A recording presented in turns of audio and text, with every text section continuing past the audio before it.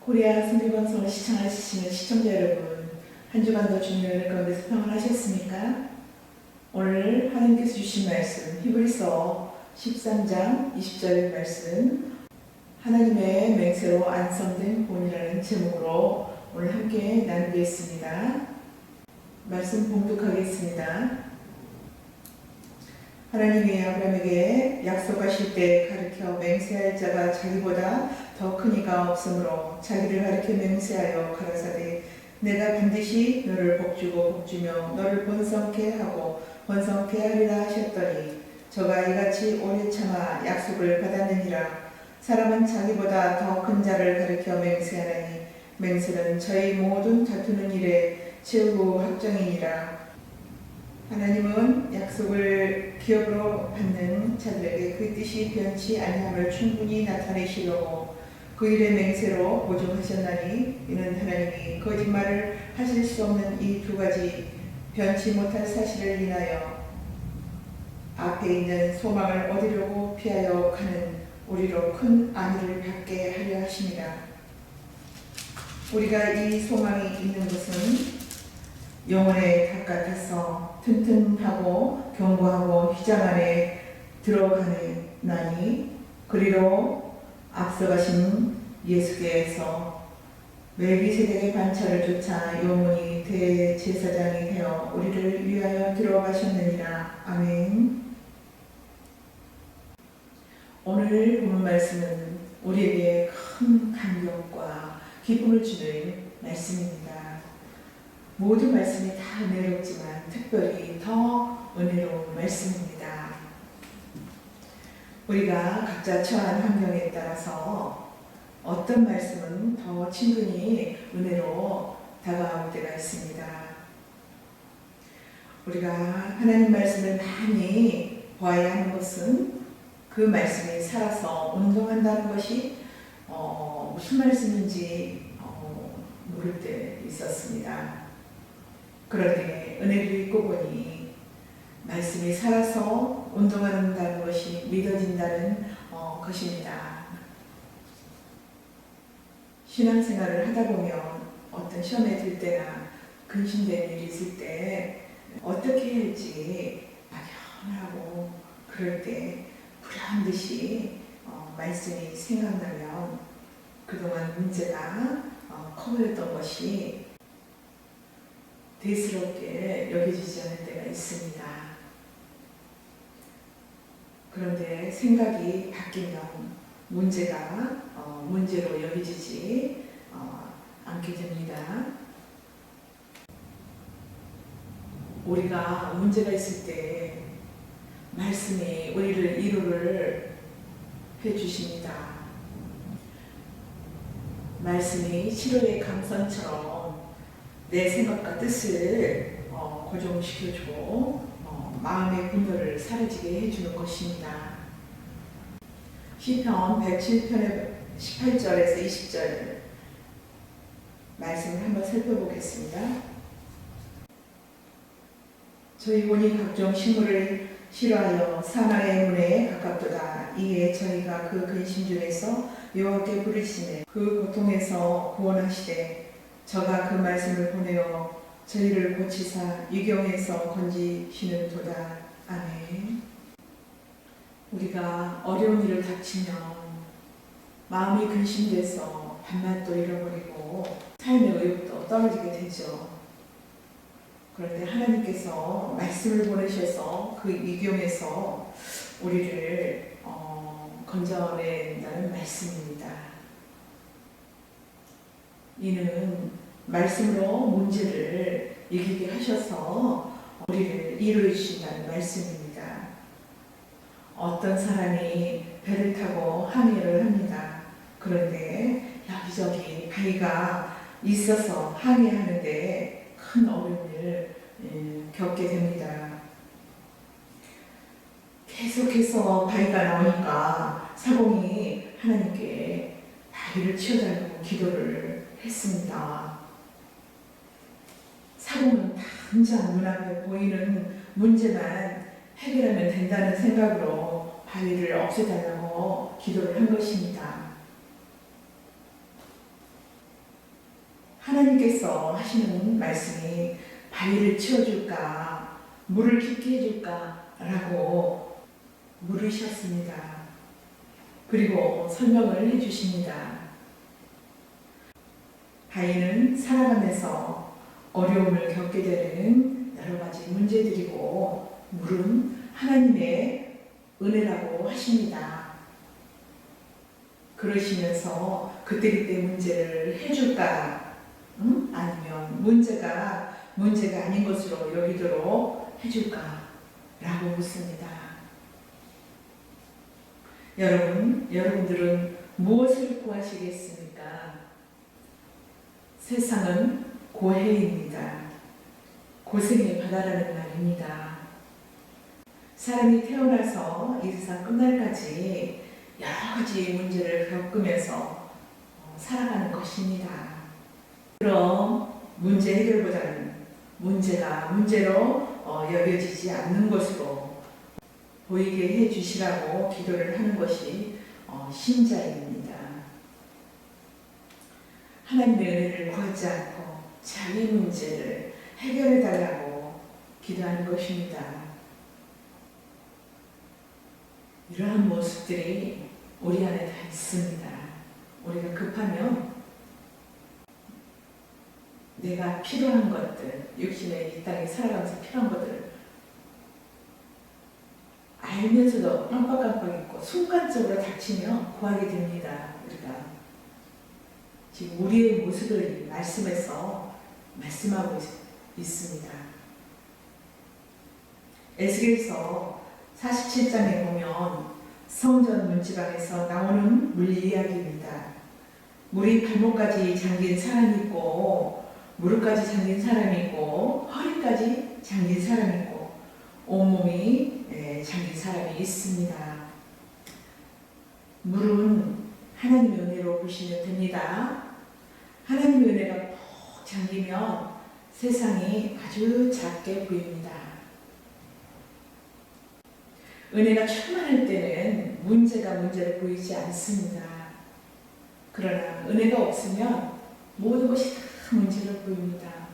우리가 일상생활을 살아가면서 다 겪는 일입니다. 이 모든 지금 말씀이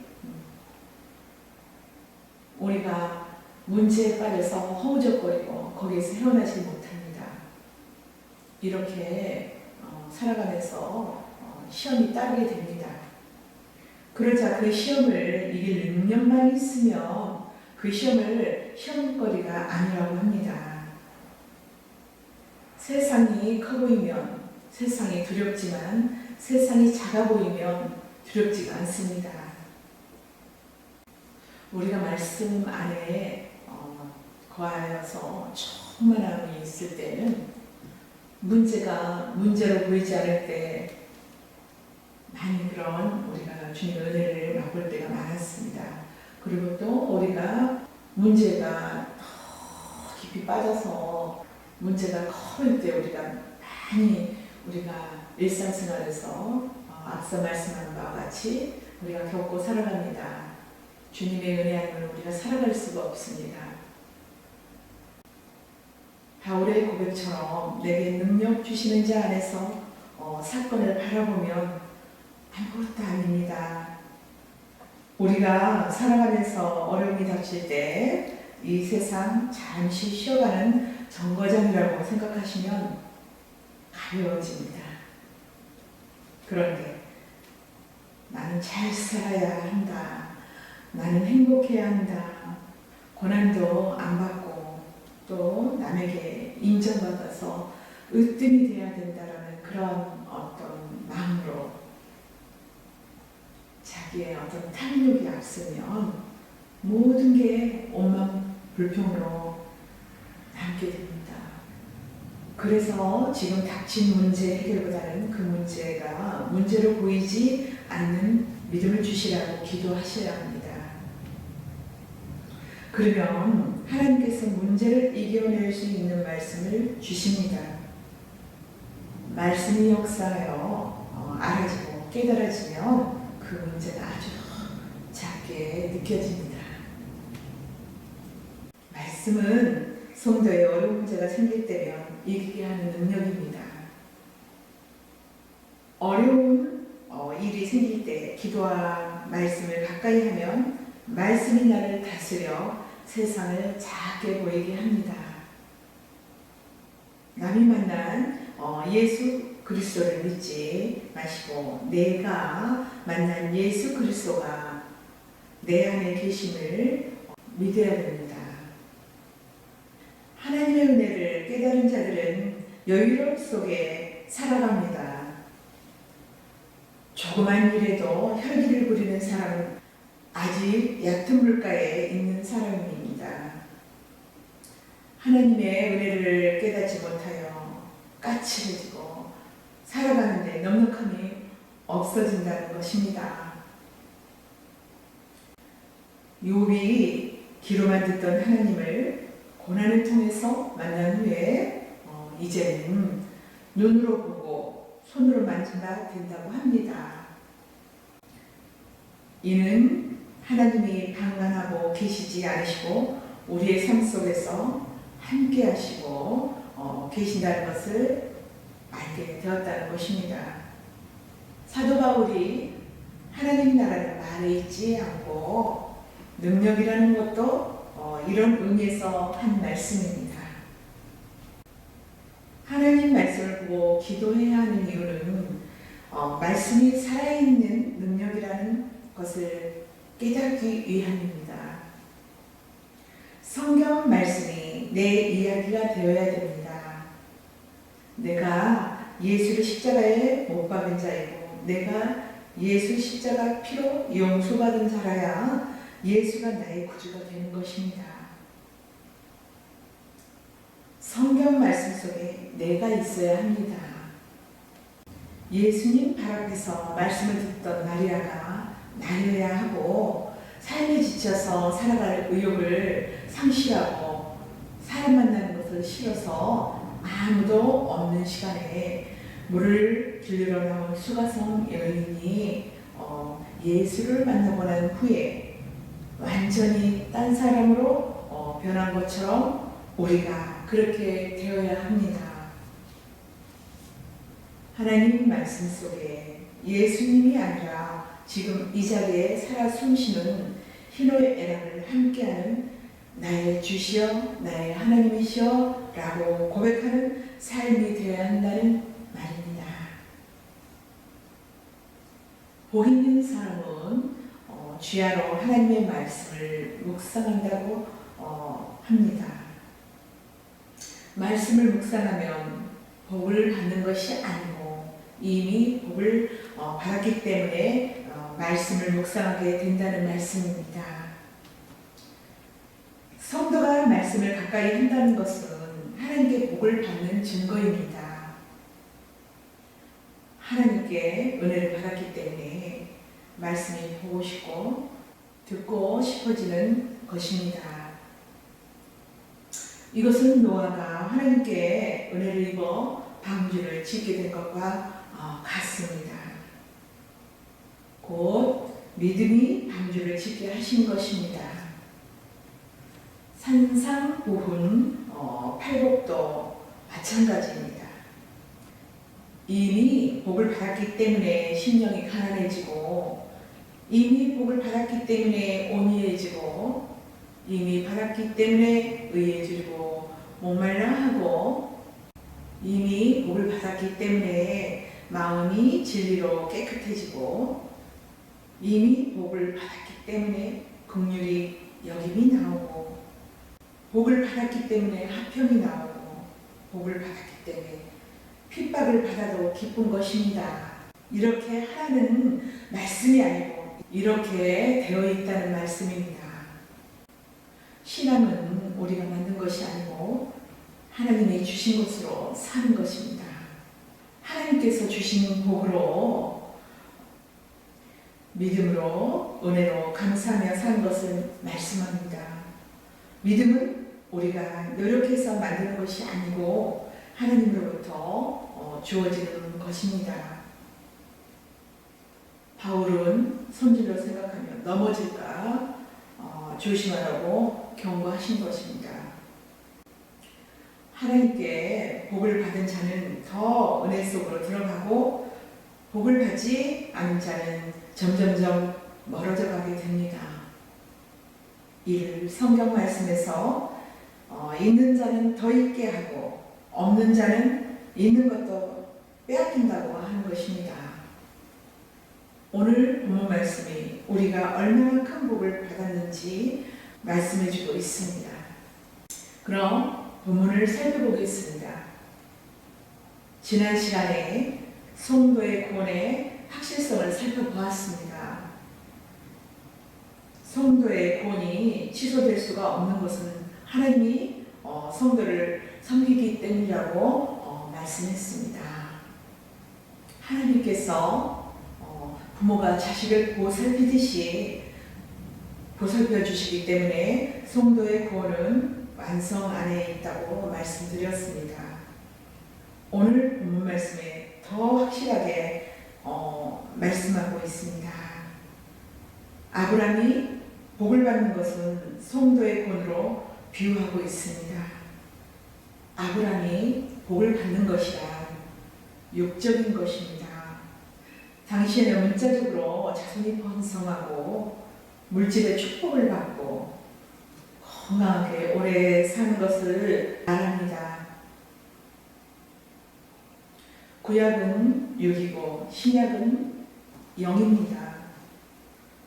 구약의 육적인 복이 신약에 오면 영적인 복으로 바뀝니다. 아브라함이 받은 복이 신약에 오면 영적인 복으로 바뀌는 것입니다. 그래서 오늘 본문에 아브라함을 신약적 의미에서 우리들에게 구원을 말씀하고 있습니다.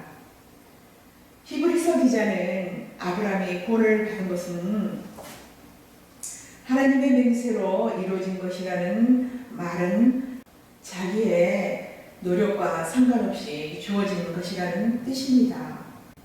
거저 받은 복이라고 말씀합니다. 맹세란 다짐이고 스스로에게 하는 약속입니다. 맹세한 쪽에서 반드시 약속한 대로 이루어주겠다는 의지이고 각오입니다. 하나님께서 맹세한 것은 하나님의 이름을 걸고 반드시 지키겠다는 뜻입니다. 아브라함을 복의 조상으로 만들어주겠다는 것입니다. 이것은 곧 아브라함을 반드시 구원해 주시겠다는 맹세입니다. 하나님 말씀은 우리에게 맹세하지 말라고 합니다. 왜냐하면 우리가 한 맹세를 지킬 능력이 없기 때문입니다. 베드로가 예수를 지켜준다고 맹세했다가 그 맹세를 지키지 못했습니다. 우리는 믿음을 지켜낼 수가 없습니다. 우리는 수시로 마음이 바뀌기 때문입니다. 우리는 하나님 앞에 서원하면 꼭 갚아야 한다고 하지만 하나님은 소원을 받지 않으십니다. 예수님이 베드로가 부인하고 저주했다고 서운해하지 않습니다.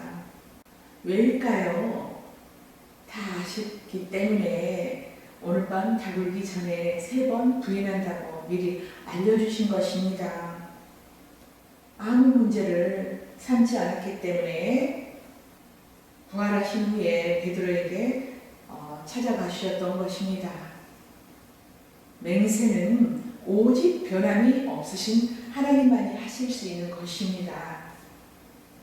그래서 하나님이 아브라함에게 약속을 하실 때 하나님의 이름을 걸고 하신 것입니다. 그 이유를 본문 말씀에서 말씀하시기를 하나님보다 더 크신 분이 없기 때문이라는 것입니다. 하나님께서 주신 믿음을 선물로 받는 사람은 약속 안료로 봅니다. 믿음을 받지 않는 사람은 약속을 미안료로 보기 때문에 중도에 잘릴 수가 있지 않겠는가 의심을 하게 된다는 것입니다. 그래서 믿음 없이는 하나님을 기쁘게 할 수 없다고 하는 것입니다. 히브리서는 하신다고 하면 반드시 해내신 하나님을 믿으라고 하십니다. 그리고 하나님께서 맹세하신 것을 취소와 거짓말을 못하십니다. 히브리서 기자는 하나님의 맹세를 영원의 다시라고 하는 것입니다. 다시란 배를 바다에서 고정시키는 것입니다. 바다는 물결이 늘 일어납니다. 물이 가만히 있는 것이 아니고 조류에 따라 흐르지요. 그래서 바다에 떠있는 배들은 무슨 작업을 할 때에는 반드시 닷을 내리고 일을 하는 것입니다. 닷을 바닥에 꽂혀서 배가 조류에 떠내려가지 않도록 붙잡아 주는 것입니다. 성도의 구원은 이와 같습니다. 성도를 약속이란 줄로 묶고 있습니다. 도망가고 싶어도 도망갈 수가 없습니다. 그래서 성도의 구원은 사람이 마음대로 취소시킬 수 없다고 말합니다. 히브리서 기자는 지금 우리의 구원의 줄은 멜기세덱 반차로 오신 대제사장이신 예수님께 묶어놓았다고 말씀합니다. 우리는 도망갈 수도 없고 도망가도 그 자리로 돌아오게 되어 있습니다. 우리가 버려진 게 아니고 도망가지 못하도록 묶어놓았다고 합니다. 신앙생활이란 예수님이 다 하신 일을 기뻐하고 감사하는 것입니다. 그러므로 우리는 예수님을 바라보며 살아가는 것입니다. 구약에도 하나님께서 홍해를 가리시고 대적들을 물리치시고 멸할 때 이스라엘 백성들은 바라보기만 하고 있습니다. 홍해 사건은 신약으로 말씀하면 예수님의 십자가 사건과 같습니다. 예수님께서 십자가에 예수님의 육체로 새로운 길을 내시는 것입니다. 이것을 아는 사람은 예수님의 십자가만 바랍니다. 하나님께서 나를 구원해 주시기로 약속하셨고 하나님의 이름을 걸고 맹세하신 것입니다. 하나님의 맹세가 왜 복음이 되느냐면 성도의 구원이 하나님께 있었기 때문입니다. 만약 구원을 우리에게 지켜서 구원을 이루어야 한다면 벌써 상실했을 것입니다. 왜냐하면 천국보다 이 세상을 더 좋아하기 때문입니다. 사람은 자기 존재가 부정당한 것을 극도로 싫어합니다. 무슨 일을 해도 본인이 중심에 있고 싶어 합니다. 믿음도 구원도 은혜도 어떤 것도 자기가 관리를 하고자 합니다. 사람은 자기 손에 붙잡고 있어야 안심을 하는 육신의 본성이 있기 때문입니다. 약속을 믿지 못하면 손에 잡히기까지는 불안해합니다. 이 모든 것이 불신앙 때문에 내가 해야 확실하다고 믿는 것입니다. 성도의 구원은 우리의 원함으로 이루어지는 것이 아니고 하나님께서 예정하시고 이루어 가십니다. 로마서에서 바울은 성도의 구원 문제를 에서와 야곱을 말씀합니다. 로마서 9장 11절에서 13절 말씀에 여기서 중요하게 보아야 할 말씀은 하나님의 택하심입니다. 택하심에 따라 되는 하나님의 뜻이 행위로 말미암지 않는다고 하시고 택하심으로 된다고 합니다. 성도들이 예수를 믿는다고 하면서도 불안해하는 것은 이 말씀이 안 믿어지기 때문입니다. 하나님 사랑 안에 거하면 두려움이 없습니다. 온전한 사랑이 두려움을 내어 쫓습니다. 로마서 8장 30절 말씀에 보면 로마서에서는 미리 미리 정하신 자를 영화롭게 하셨다고 합니다. 그리고 에베소서에서는 그리스도 예수 안에서 함께 하늘에 앉히셨다고 합니다. 그런데 다른 구원을 이루라 또는 구원을 이룰 것이다 라는 말씀들이 있습니다. 사람들이 이 말씀을 근거해서 말합니다. 우리가 과거, 현재, 미래의 죄를 예수님의 십자가 보혈로 정결하게 하사 우리를 구원하셨습니다. 하나님의 말씀을 역사적인 개념으로 보기 때문에 우리가 구원을 이루어 가야 하는 것으로 잘못 알게 되는 것입니다. 역사 속에서 약속은 아직 이루어지지 않았기 때문에 미완료입니다. 육의 본성은 내가 직접 받아서 손에 쥐어야 약속이 이루어졌다고 생각하기 때문입니다. 역사적 관점으로 마음을 갖고 있으면 신앙생활에 있어서 감사가 안 나오고 모든 것을 지켜 해내야 하므로 불완전한 생활을 합니다. 하나님 말씀은 성도의 구원은 역사적 개념이 아니고 묵시적 개념으로 말합니다. 고정이 되었다는 말은 완성이고 완료입니다.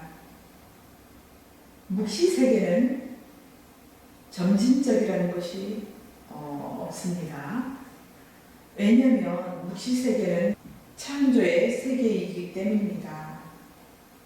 창조는 점진적인 것이 없습니다. 완성된 세계이므로 과거, 현재, 미래가 없습니다. 말씀이 떨어지면 즉시로 창조가 일어납니다. 성도의 구원은 예수님이 일으킨 창조 사건이기 때문입니다.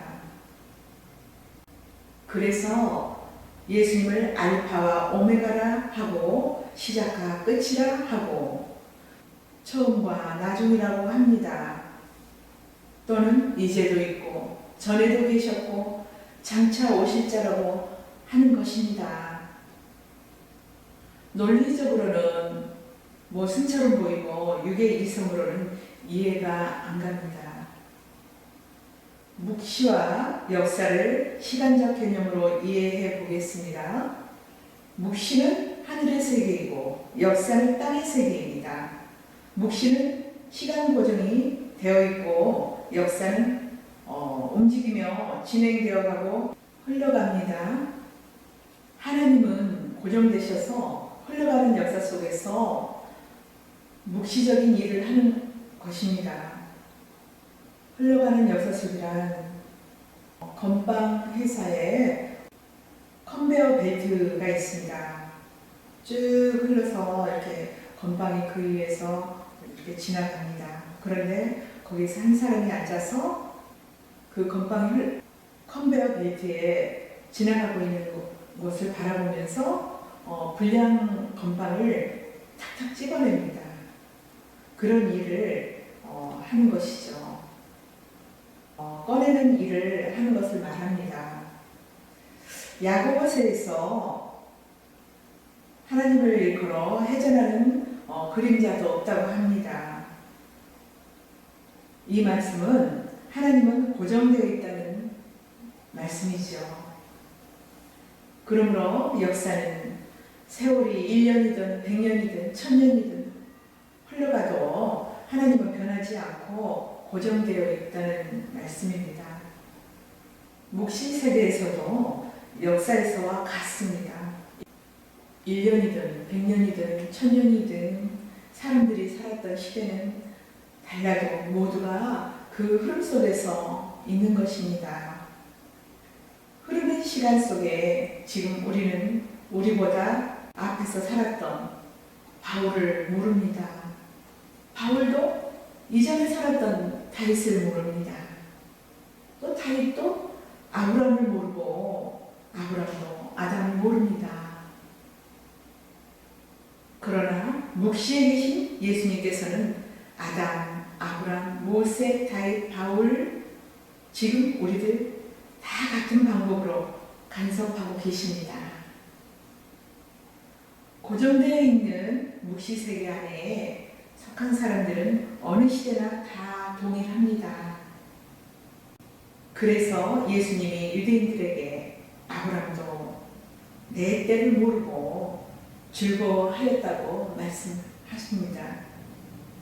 왜냐하면 예수님은 묵시적인 존재로서 항상 계셨으니까 그렇습니다. 그러나 역사 속에 속한 유대인은 이 말을 전혀 모릅니다. 그래서 예수님은 육은 영을 이해하지 못한다고 말씀하셨습니다. 그럼 묵시할 역사를 공간 개념으로 설명합니다. 묵시할 역사를 태양과 땅으로 이해해 봅니다. 태양은 묵시이고 땅은 역사입니다. 묵시는 하늘에 떠있는 태양과 같고 역사는 태양빛을 받고 사는 땅과 같다고 보시면 됩니다. 하늘에 떠있는 태양에서 보면 땅은 어디서든지 다 보입니다. 땅에서는 한국에서 미국을 볼 수가 없습니다. 이처럼 하늘에서는 땅에서 일어나는 모든 일을 다 볼 수가 있습니다. 그러므로 하늘에 계신 예수님은 어디든지 동일하게 간섭하고 계십니다. 그리고 성도가 받은 구원은 역사적인 것이 아니고 묵시적인 것입니다. 묵시적인 것이므로 완료이고 완성인 것입니다. 이미 묵시 안에 들어온 성도들에게는 창세기에 이미 완성된 것이기 때문에 구원을 이루어야 하는 것이 없습니다. 하나님 말씀을 역으로 보시지 않으면 하나님께 진노만 쌓입니다. 바리새인들이 하나님 말씀을 역으로 보지 않고 문자적으로 지키다가 망했습니다. 이스라엘은 아브라함의 후손입니다. 아브라함이 하나님으로부터 고개조상으로 부르심을 받을 때에는 율법이 없었습니다. 하나님께서 일방적으로 맹세하심으로 구원하셨습니다. 아브라함 언약이 무엇입니까? 하나님께서 일방적으로 부르셔서 구원하신 것입니다. 오늘 본 말씀에 하나님의 맹세로 된 것입니다. 그리고 아브라함의 구원은 말씀을 지키고 안 지키는 것과 상관이 없이 구원을 받은 것입니다. 왜냐하면 아브라함의 언약은 하나님의 맹세로 지키기 때문입니다. 아브라함 후손인 이스라엘도 아브라함 언약 안에서 구원되었으니 율법 지킴과 상관이 없는 것입니다. 그런데 하나님께서 출애굽한 이스라엘에게 율법을 주십니다. 이미 구원된 자들에게 율법을 주셨습니다. 여기서 하나님께서 육에 속한 자와 영에 속한 자를 걸러내는 시험지란 말입니다. 왜 하나님은 이미 구원된 자들에게 율법을 주셨을까요? 이는 율법으로 할 일이 있으셨기 때문입니다. 바울을 통하여 말씀합니다. 율법을 죄를 깨닫게 하기 위함이라고 말씀합니다. 그 이유는 죄인인 우리가 하나님의 은혜로 구원을 받았다는 것을 알게 하기 위함입니다. 율법으로 자기가 저주를 받아야 할 죄인이라는 것을 알게 하시고 우리가 살고 있는 것은 모두가 하나님께서 아브라함에게 하신 맹세 때문이라는 것을 말씀합니다. 그리고 이스라엘 존재 바탕에는 아브라함이 있고 언약의 존재 바탕에는 하나님의 맹세가 있습니다. 오늘날 신약의 성도의 존재 바탕에는 예수님의 새 언약이 있습니다.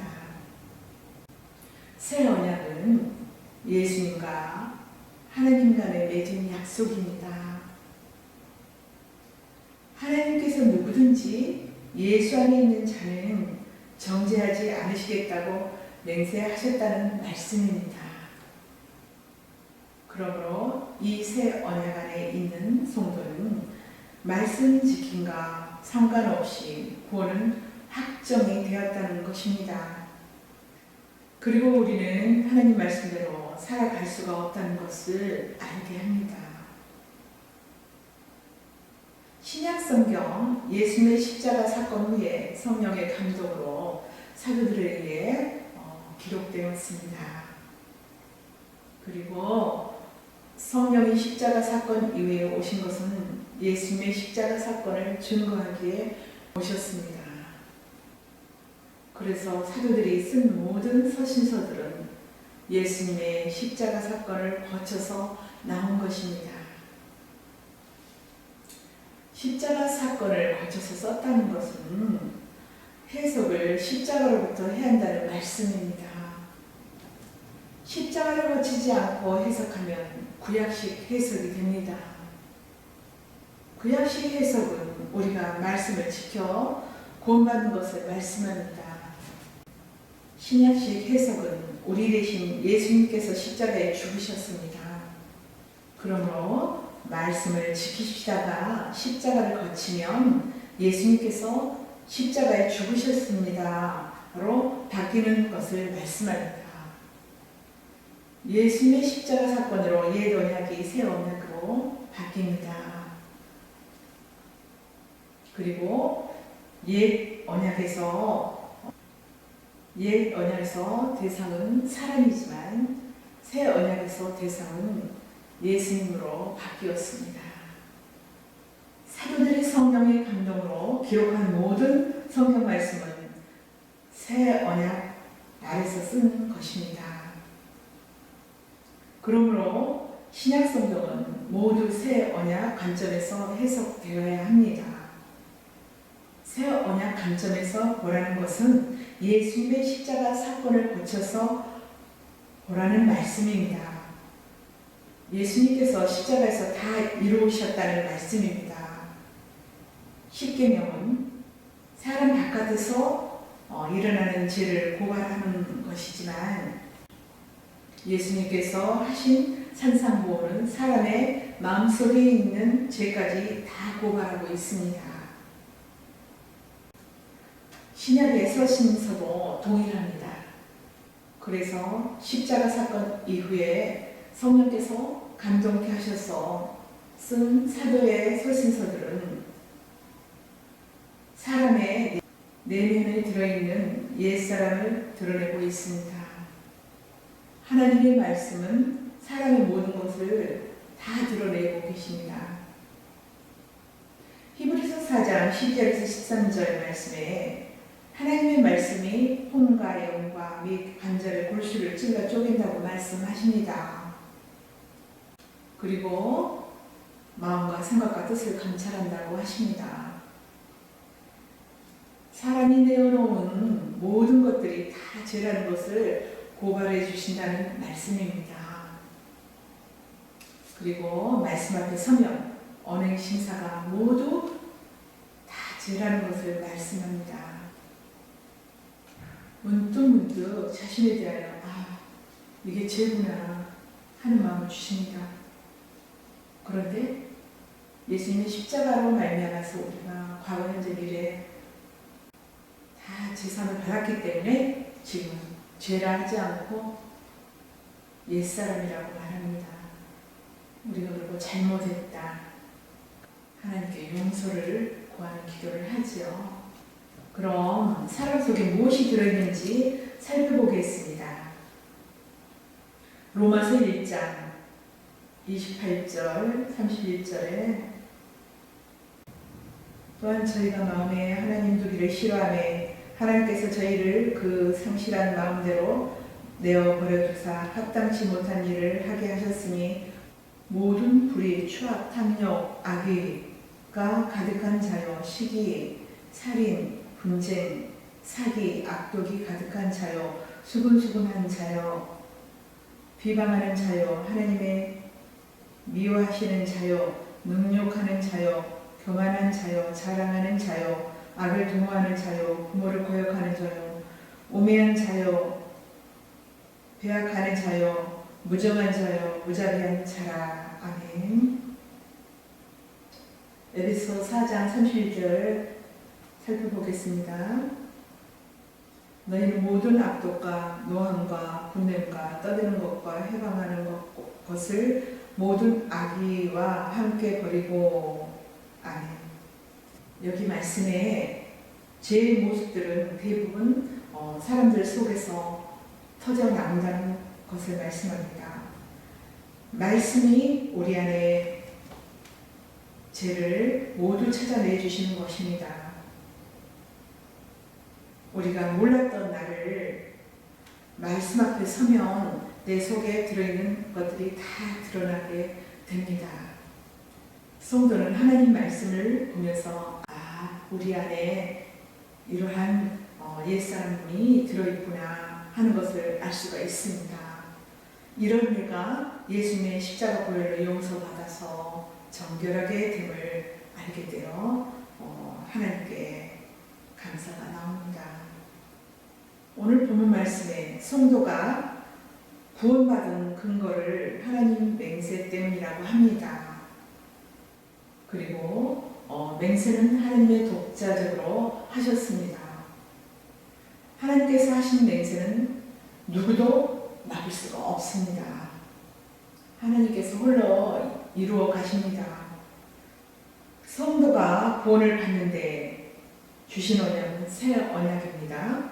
새 언약은 예수님의 살과 피로 맺은 것입니다. 그러므로 새 언약도 예수님께서 이루셨습니다. 새 언약에서 예수님의 살과 피가 구원의 근거입니다. 새 언약 아래에서 하나님의 맹세는 예수님의 십자가로 주어졌습니다. 그러므로 아브라함과 같이 부르심으로 선택된 구원받은 성도는 십자가 안에서 자유와 평화를 누리며 살아가는 것입니다. 진리 안에서 자유를 누리십시오. 하나님의 맹세하심이 저와 여러분 속에 잘 박힌 모처럼 영혼에 닻이 되어 있으시기를 바랍니다.